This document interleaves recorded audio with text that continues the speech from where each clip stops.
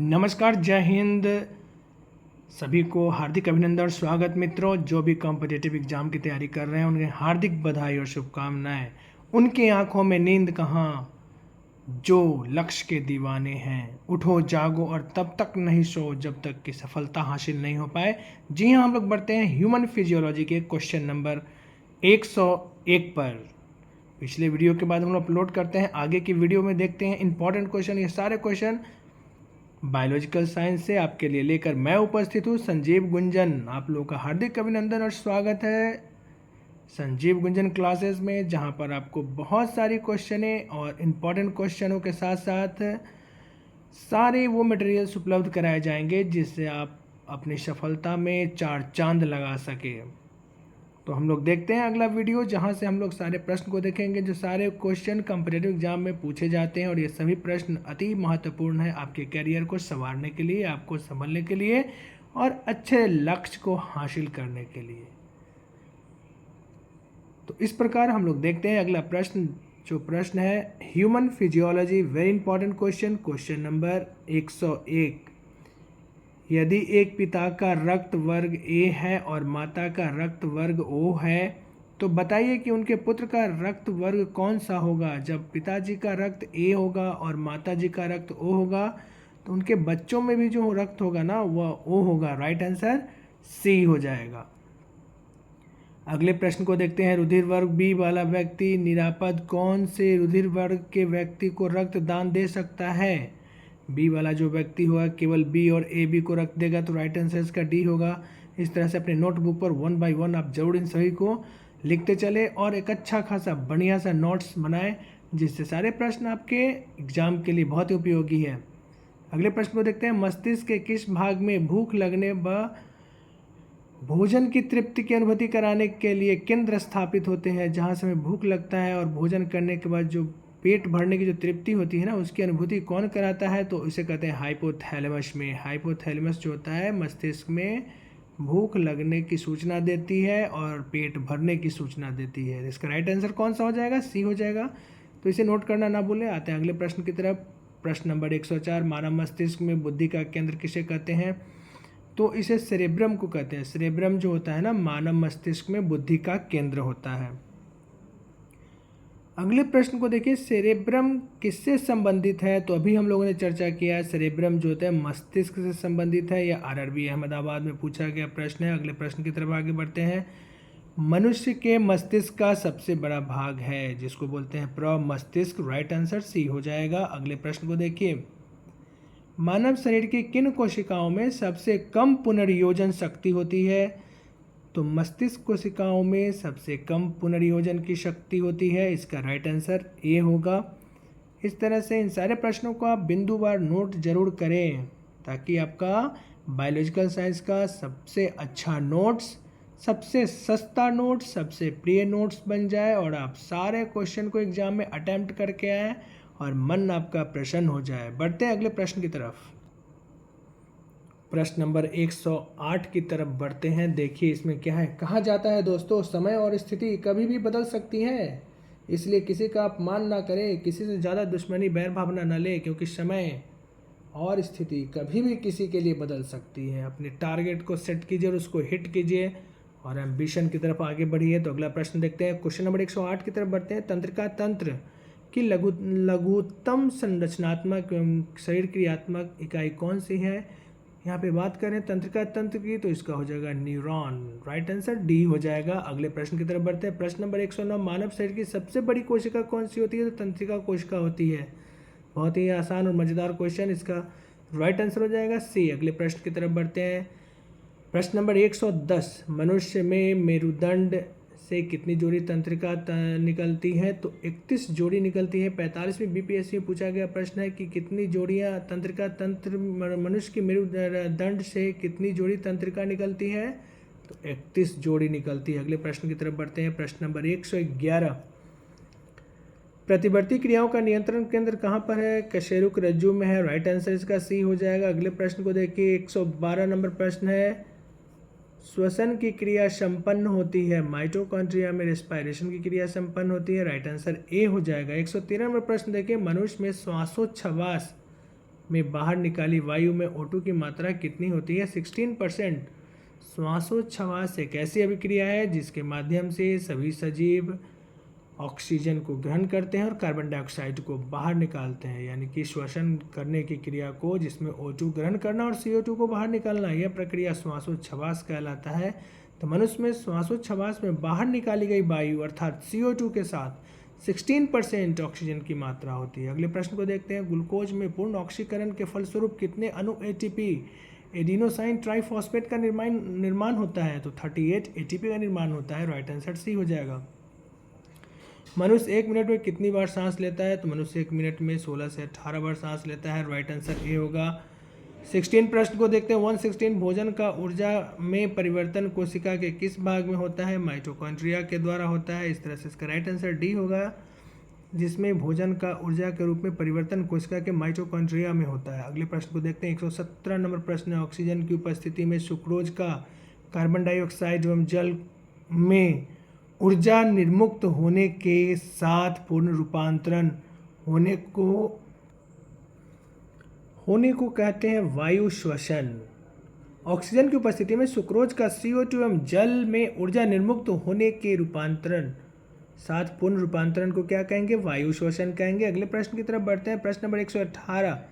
हमारी छोड़ी हुई सांस की हवा में CO2 की मात्रा लगभग कितनी होती है? तो CO2 हमारी छोड़ी गई सांस में 4%। हमारी छोड़ी हुई सांस की हवा में CO2 की मात्रा 4% होती है। क्रेब्स चक्र में किसका संश्लेषण होता है? पायरुविक अम्ल का। क्रेब्स चक्र में पायरुविक अम्ल का संश्लेषण होता है। अगले प्रश्न को देखते हैं। 120वां प्रश्न है। अनॉक्सी श्वसन का अंतिम उत्पाद क्या होता है? तो लैक्टिक अम्ल होता है।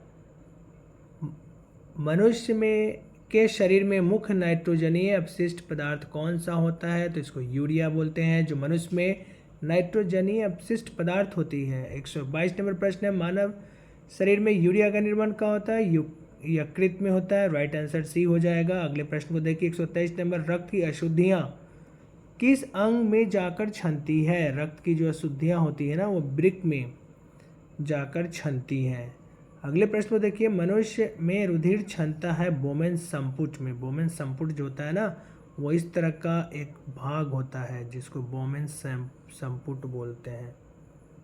इसी में जाकर वह छनता है रक्त की अशुद्धियाँ और यह मनुष्य के रुधिर को छानता है। 125 नंबर प्रश्न देखिए। मानव मूत्र का पीला रंग किसके कारण होता है? यूरोक्रोम के कारण मनुष्य का मूत्र का रंग पीला होता है, उसको बोलते हैं यूरोक्रोम। नेफ्रॉन किससे संबंधित है? तो ब्रिक से संबंधित है। नेफ्रॉन का संबंध ब्रिक से है। इसका राइट आंसर सी हो जाएगा। अगला प्रश्न है। कृत्रिम गुर्दा निम्नलिखित में से किस सिद्धांत पर कार्य करता है? डायलिसिस के आधार पर कृत्रिम गुर्दा काम करता है। राइट आंसर सी हो जाएगा। मानव शरीर में यूरिया की अधिकतम मात्रा किस में पाई जाती है? मूत्र में पाई जाती है। करेक्ट आंसर इज सी, अपोहन। डायलिसिस का प्रयोग किस क्रिया को पूरा करने के लिए किया जाता है? तो ब्रिक की क्रिया के लिए किया जाता है। राइट आंसर डी हो जाएगा।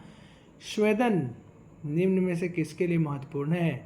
शरीर के तापमान के विनियंत्रित करने के लिए स्वेदन क्रिया होती है। अगले प्रश्न को देखिए। मानव वृक्क अश्मरी में पाए जाने वाला प्रमुख रासायनिक यौगिक कौन सा होता है? कैल्शियम ऑक्सलेट होता है।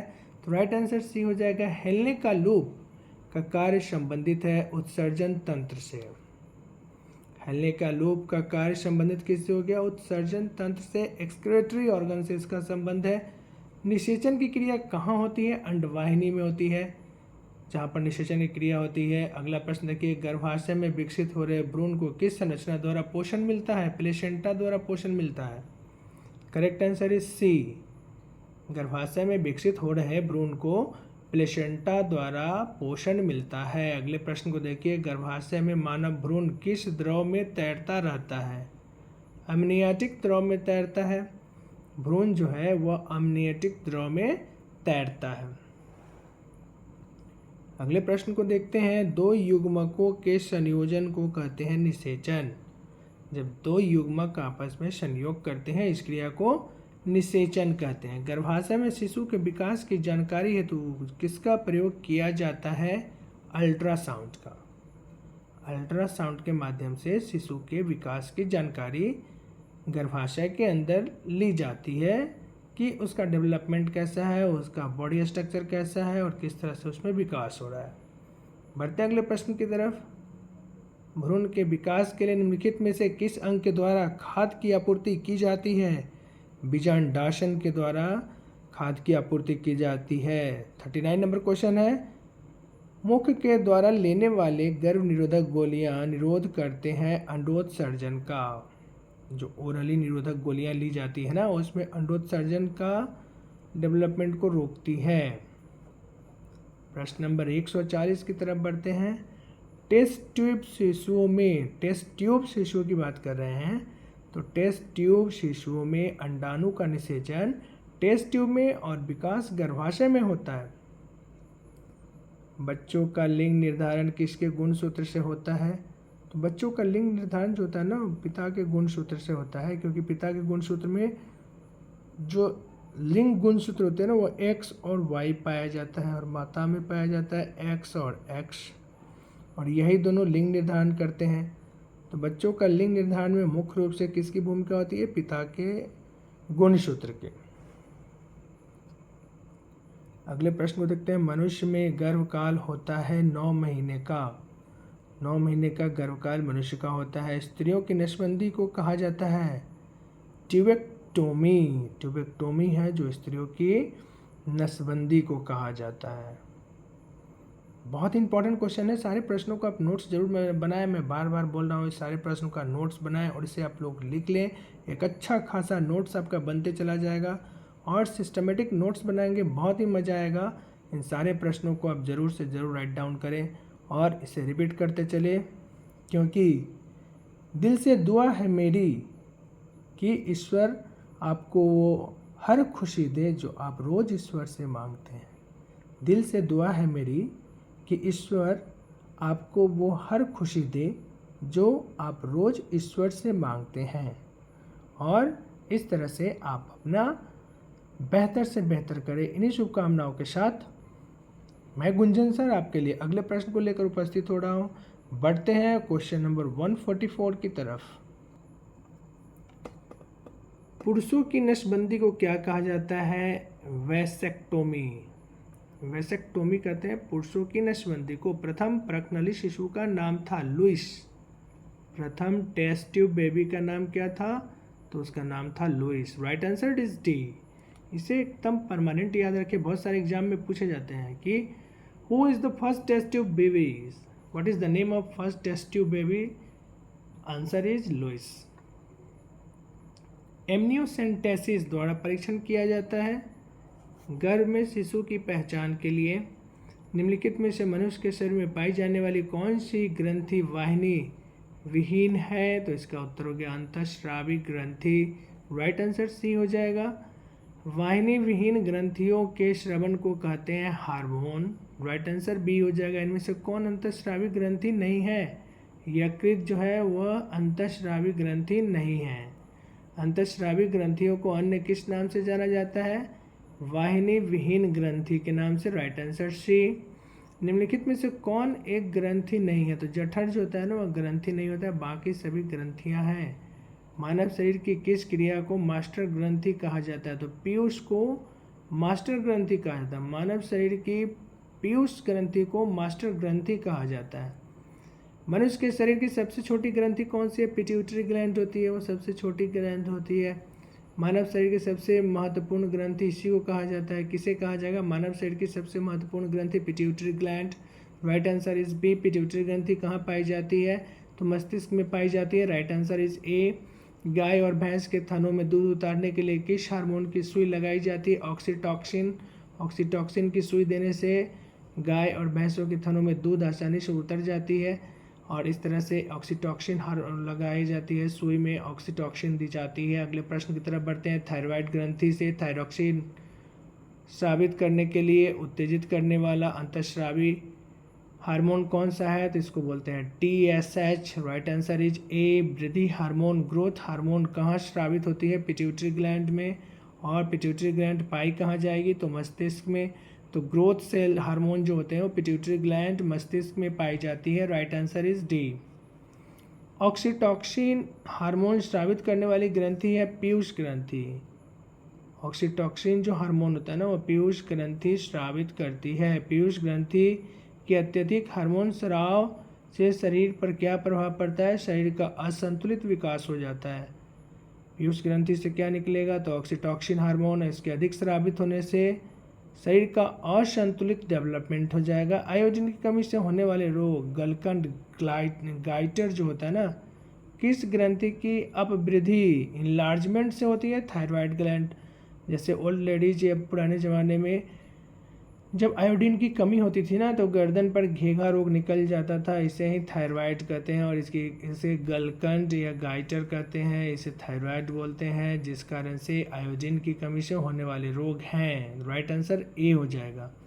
प्रश्न नंबर 162 की तरफ बढ़ते हैं। निम्नलिखित में से किसकी कुसंक्रिया के कारण मानव शरीर में मिक्सिडिमा होता है? अवट्टु ग्रंथि। Right answer is D. Evoke, arise and don't sleep whenever you don't achieve the goal. तो इस प्रकार से आपके सामने अगला वीडियो लेकर आए हैं। वीडियो आपको कैसा लग रहा है आपकी प्रतिक्रिया जरूर दें और वीडियो को लाइक सब्सक्राइब और शेयर करना ना भूलें, क्योंकि यही आपका एक अंगुली दबाने से मेरा हौसला 4 गुना बढ़ जाता है। आपके सब्सक्रिप्शन और लाइक करने से मुझे और बेहतर करने की प्रेरणा मिलती है। इस तरह से वीडियो को लाइक सब्सक्राइब और शेयर करना ना भूलें और इस तरह से मेरे हौसला को बढ़ाते रहें, ताकि मैं भी अथक प्रयास करते हुए और समय निकालते हुए बहुत सारे वीडियो को और प्रभावी ढंग से आपके सामने लेकर उपस्थित रहूँगा। और आपके सहयोग और आपके सकारात्मक व्यवहार से मेरा मनोबल भी बढ़ता रहता है। कहा जाता है positive thinkers always get a better chance in their future. निम्नलिखित में से किसको अंतःस्रावी ग्रंथ तंत्र का पेसमेकर कहा जाता है? थायरॉक्सिन को कहा जाता है। The right answer is A. Pineal ग्रंथि कहाँ अवस्थित होती है? तो पीनियल ग्रंथि मस्तिष्क में होती है। इसका राइट आंसर बी हो जाएगा। निम्नलिखित हार्मोन में से किसमें आयोडीन होता है? थायरॉक्सिन हार्मोन में आयोडीन पाया जाता है, तो इसका राइट आंसर ए हो जाएगा। अगले प्रश्न की तरफ बढ़ते हैं। प्रश्न नंबर 166। निम्नलिखित में से कौन सी एक अंतःस्रावी ग्रंथि पीयूष ग्रंथि के स्वतंत्र कार्य कर सकती है? परावट्टु बोलते हैं इसको। सिविल सर्विसेज में पूछा गया प्रश्न है। इसका राइट आंसर डी हो जाएगा। मनुष्य में सबसे बड़ी ग्रंथि होती है यकृत। मनुष्य में सबसे बड़ी ग्रंथि कौन सी हो जाएगी? तो यकृत की हो जाएगी। राइट आंसर बी हो जाएगा। बढ़ते हैं 168 नंबर क्वेश्चन। निम्नलिखित में से कौन सी ग्रंथि अश्रु टीयर स्रावित करती है? आंसू को स्रावित करने वाली ग्रंथि को बोलते हैं लैक्रिमल। याद रखेंगे, लैक्रिमल के कारण ही आंसू निकलती है और इसे अश्रु ग्रंथि कहते हैं। लैक्रिमल ग्रंथि से आंसू निकलती है। राइट आंसर ए हो जाएगा। 169 नंबर क्वेश्चन। निम्नलिखित में से कौन सी ग्रंथि वृद्धावस्था में लुप्त हो जाती है? थाइमस ग्रंथि जो है ना वृद्धावस्था में लुप्त हो जाती है। मादा जनन हार्मोन है। मादा जनन हार्मोन को एस्ट्रोजन कहते हैं, प्रोजेस्टेरोन कहते हैं और रिलैक्सिन, तीनों कहते हैं। इसलिए उपयुक्त सभी सा राइट आंसर है। मादा जनन हार्मोन में एस्ट्रोजन भी आते हैं, प्रोजेस्टेरोन भी आती हैं और रिलैक्सिन भी आती हैं। तो ये तीनों को बोलते हैं मादा जनन हार्मोन। 171 नर लैंगिक हार्मोन है testosterone. The right answer is C. Testosterone को नर लैंगिक हार्मोन कहते हैं। अगले प्रश्न की तरफ बढ़ते हैं। निम्नलिखित में से कौन सा एक स्त्रीलिंग हार्मोन है? तो एस्ट्रोजन जो होते हैं ना वो स्त्रीलिंग हार्मोन फीमेल रिलेटेड हार्मोन होते हैं। Right answer is A. Estrogen का स्राव कहाँ पर होता है? तो ग्रेफियन पुटिकाओं द्वारा होता है एस्ट्रोजन का स्राव। राइट आंसर इसका डी हो जाएगा। कौन सा हार्मोन लरो उरो हार्मोन कहा जाता है? एड्रीनेलिन को लरो उरो हार्मोन कहा जाता है। राइट आंसर इसका बी हो जाएगा। रक्त दाब का नियंत्रण कौन करता है? अधिवृक्क। ब्लड प्रेशर का नियंत्रण जो करता है उसे बोलते हैं अधिवृक्क। राइट आंसर ए हो जाएगा। जीवन रक्षक हार्मोन किस ग्रंथि से स्रावित होती है? एड्रिनल से। राइट आंसर इसका ए होगा। बढ़ते हैं अगले प्रश्न की तरफ। 177 मानव शरीर की कौन सी ग्रंथि एक साथ अंतःस्रावी तथा बहिस्रावी दोनों की तरह कार्य करती है? इसको बोलते हैं अग्न्याशय। राइट आंसर ए हो जाएगा। इंसुलिन है एक प्रकार का हार्मोन। इंसुलिन को क्या बोलेंगे? हार्मोन बोलेंगे। The right answer is B. अगले प्रश्न को देखिए 179।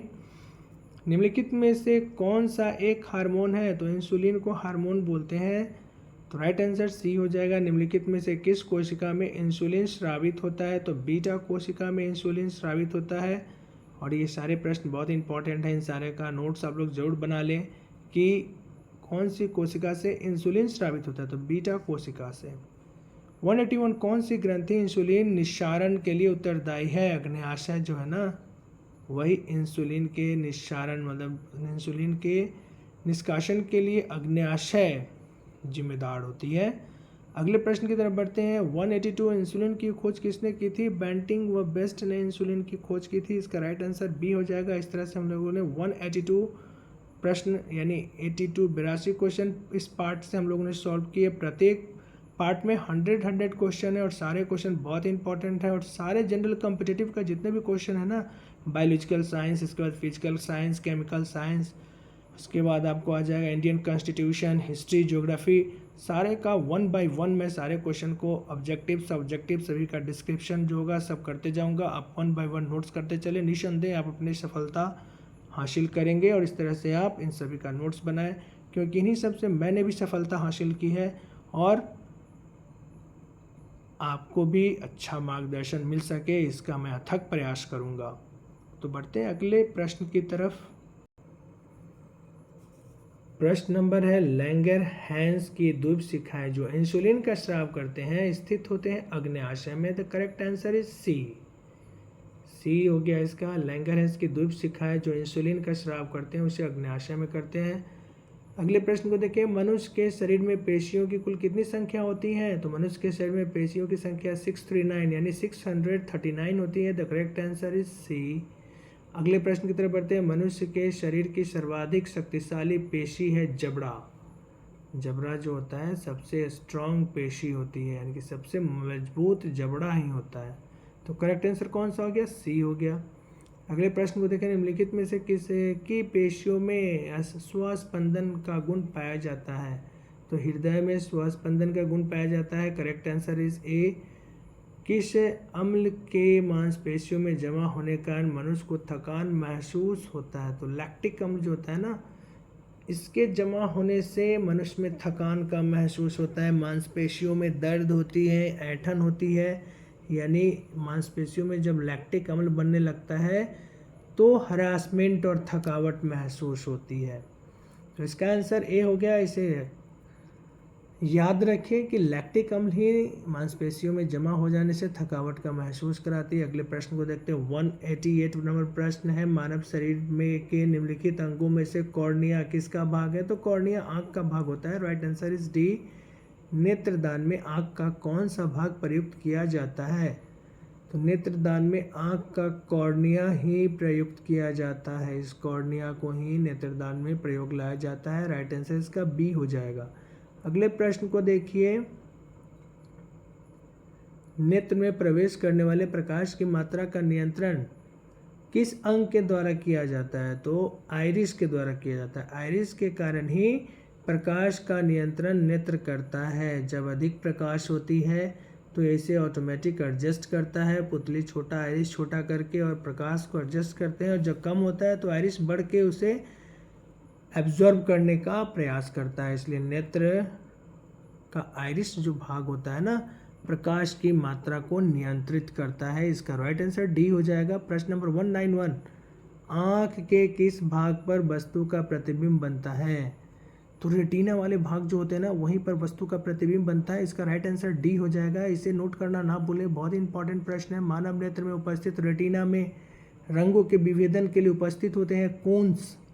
कोन्स के द्वारा रंगों का अलग अलग डिफ्रेंशिएशन होता है। तो राइट आंसर ए हो जाएगा। अगले प्रश्न को देखते हैं। आइरिस का क्या कार्य है? पुतली के आकार को नियंत्रित करना, पुतली के आकार को बढ़ाना और छोटा करना, यही कार्य आइरिस का होता है। The correct answer is C. अगले प्रश्न पे बढ़ते हैं। 194। त्वचा का रंग किसके कारण होता है? तो त्वचा का रंग गोरा या सामना मेलानिन के कारण होता है। मेलानिन जो होता है ना वही त्वचा के रंग का निर्धारण करती है। इसी के कारण अधिक बनने से त्वचा का रंग सांवला होता है, कम बनने से त्वचा का रंग गोरा होता है। मेलानिन के कारण ही बालों का कलर काला होता है।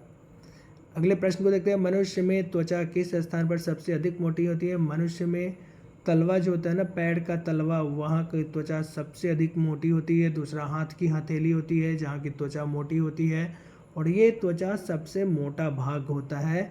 इसे हम आसानी से याद करें और मन लगा कर पढ़ें। 196 नंबर क्वेश्चन को देखें। मानव शरीर का सबसे बड़ा अंग कौन सा है? मानव शरीर का सबसे बड़ा अंग कौन सा है? इसको बोलते हैं चमड़ा। चमड़ा जो होता है मानव का सबसे बड़ा भाग होता है। मानव त्वचा को रंग देने वाला वर्णक, कभी हम लोग पढ़े, मेलानिन कहते हैं इसको। मानव त्वचा को रंग देने वाला जो भाग होता है वर्णक, उसे मेलानिन कहते हैं। इसके कारण ही त्वचा का रंग गोरा या सांवला होता है। त्वचा की ऊपरी सतह क्या कहलाएगी? त्वचा की ऊपरी सतह को एपिडर्मिस बोलते हैं। जो बाहरी त्वचा का जो सतह होता है ना, उसे एपिडर्मिस कहते हैं। इस तरह से 199 क्वेश्चन देखते हैं। निम्नलिखित से कौन सा पदार्थ मानव शरीर की सबसे अधिक कठोर होती है? दंतवल्क। सबसे कठोर पदार्थ जो होता है ना, जो कैल्शियम कार्बोनेट का बना होता है, दंतवल्क जो होता है, दांत का जो कैविटी सेट्स होते हैं, दंतवल्क, वह सबसे कठोर पदार्थ होता है। इसका राइट आंसर बी हो जाएगा। बढ़ते हैं 100 नंबर क्वेश्चन पर। कशेरुक जंतु के शरीर का सर्वाधिक कठोर भाग होता है। जंतु शरीर के सर्वाधिक कठोर भाग होता है इनैमिल। तो राइट आंसर इसका सी हो जाएगा। इस तरह से हम लोगों ने 100 क्वेश्चन को कंप्लीट किया ह्यूमन फिजियोलॉजी से। These all question are very important for your competition. You must have to write down and repeat again, because practice makes a man perfect. और इस तरह से surely you will achieve your goal and target, no doubt. These all questions will help you to prepare your ambition and target in different sectors like bank, SSC, POs, and so many examination, teacher recruitment examination also. And you will have to maintain your all strategy of your future target from these questions. So, with the core of my heart, I will blessed that you will success in your life. और इस तरह से हम लोगों ने 100 question को यहाँ पे कंप्लीट कर लिया है। आप इन सभी क्वेश्चनों को आत्मसात करें। इन्हीं शुभकामनाओं के साथ हमें दीजिए इजाज़त अगले वीडियो तक। तब तक के लिए हमें दीजिए इजाज़त। आपका दिन शुभ हो। वीडियो को लाइक, सब्सक्राइब और शेयर करें, और आप मन लगा कर पढ़ें। इन्हीं शुभकामनाओं के साथ जय हिंद, जय भारत। जय भारत के प्रतिभागी बच्चे, और इस तरह से आप अपने भविष्य को अच्छा बनाएं। जय हिंद।